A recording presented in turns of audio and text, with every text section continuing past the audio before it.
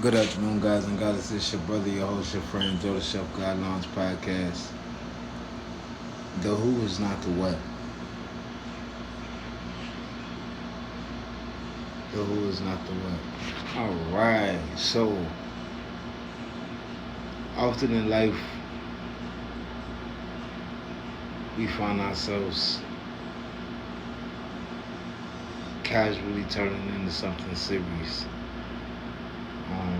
Job wise, we hop in the kitchen somewhere just to make a little change, get started, and find ourselves here 20, 30 years later still in the kitchen cooking. We get in relationships early, and before knowing who we are and what we want and what we need and what we can provide, we present ourselves to the world as what we think we are. And we chase after what we think we want, leading us to fall in love with people and situations that are not for us. Not that they're not good enough, not that they're the worst thing had to ever happen to your life, not that they're a terrible person, they're just not for us. The who is not the what. The who you want is not what you want. We find ourselves in these situations where we love the people that are not what we need.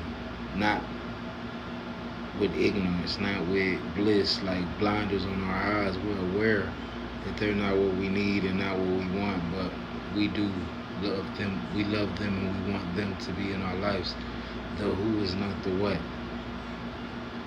What we have to do is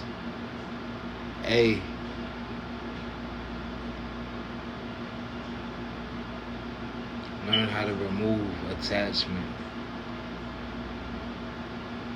Being attached to things keeps you drawn to them, keeps you hungering for them, keeps you feeling empty without them.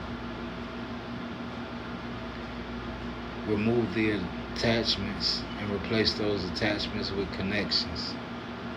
Now, if I'm connected to you, it's something deeper and more emotional, and so it's less of when I'm no longer connected, because that's what we find ourselves in the issue of.